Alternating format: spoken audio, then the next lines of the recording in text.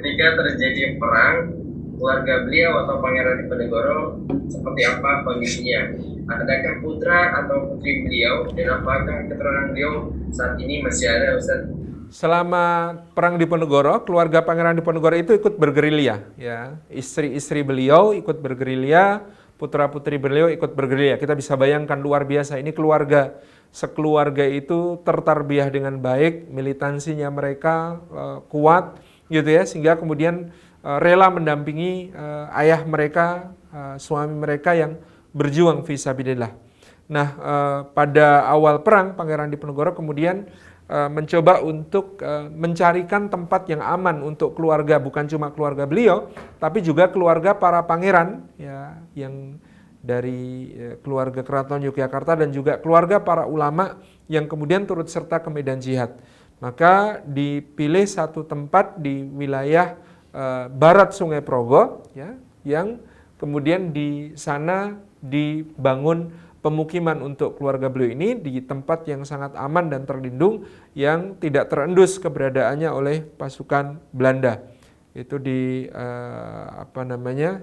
dekat Bukit Selogiri yang ada di sebelah barat Sungai Progo.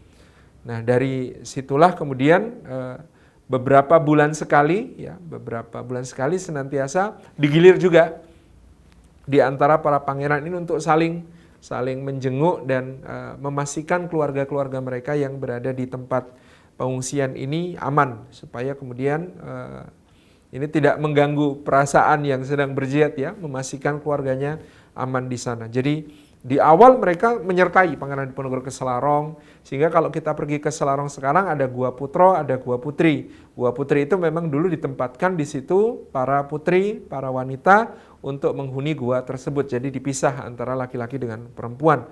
Dan ini memang kita bisa mengambil teladan luar biasa dari beliau, ya, di mana keluarga beliau ini sangat tabah. Ya, Pangeran Diponegoro Anom alias Pangeran Abdul Majid juga menyertai beliau menjadi panglima perang. Kemudian Raden Mas Alip atau Dewa juga mengikuti dalam perang, gitu ya. Hampir semua putra Pangeran Diponegoro kemudian menjadi komandan pasukan, meskipun berbeda-beda satuannya, ukurannya. Ada yang sudah dewasa memimpin pasukan yang lebih besar, yang masih kecil memimpin pasukan yang jumlahnya sedikit, gitu ya. Itu semuanya bergabung, termasuk Raden Mas Zonet misalnya yang sekarang makamnya di Bogor itu sudah memimpin pasukan di usia 13-an tahun. Gitu ya. Ini keluarga Pangeran Diponegoro yang sangat-sangat luar biasa menyertai suaminya di dalam jihad fisabilillah.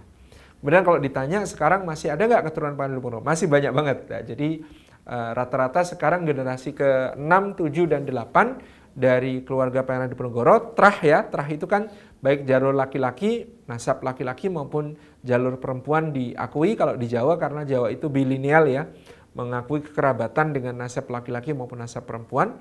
Nah, ada ribuan orang yang merupakan keturunan Pangeran Diponegoro sekarang menyebar bukan cuma di seluruh Indonesia, ya. Jawa banyak, di Maluku banyak, di Makassar banyak, di Manado ada, kemudian di Madura, di Nusa Tenggara, di Sumatera, bahkan ada yang sampai di Kroasia, gitu ya, di Amerika, dan banyak sekali. Beberapa public figure juga merupakan keturunan Pangeran Diponegoro, ada beberapa, ya. Jadi banyak cabang terah Pangeran Diponegoro ini karena beliau total sampai wafat itu memiliki 9 istri, ya. Nah, tidak pernah lebih dari 4. Nah, ini syar'i.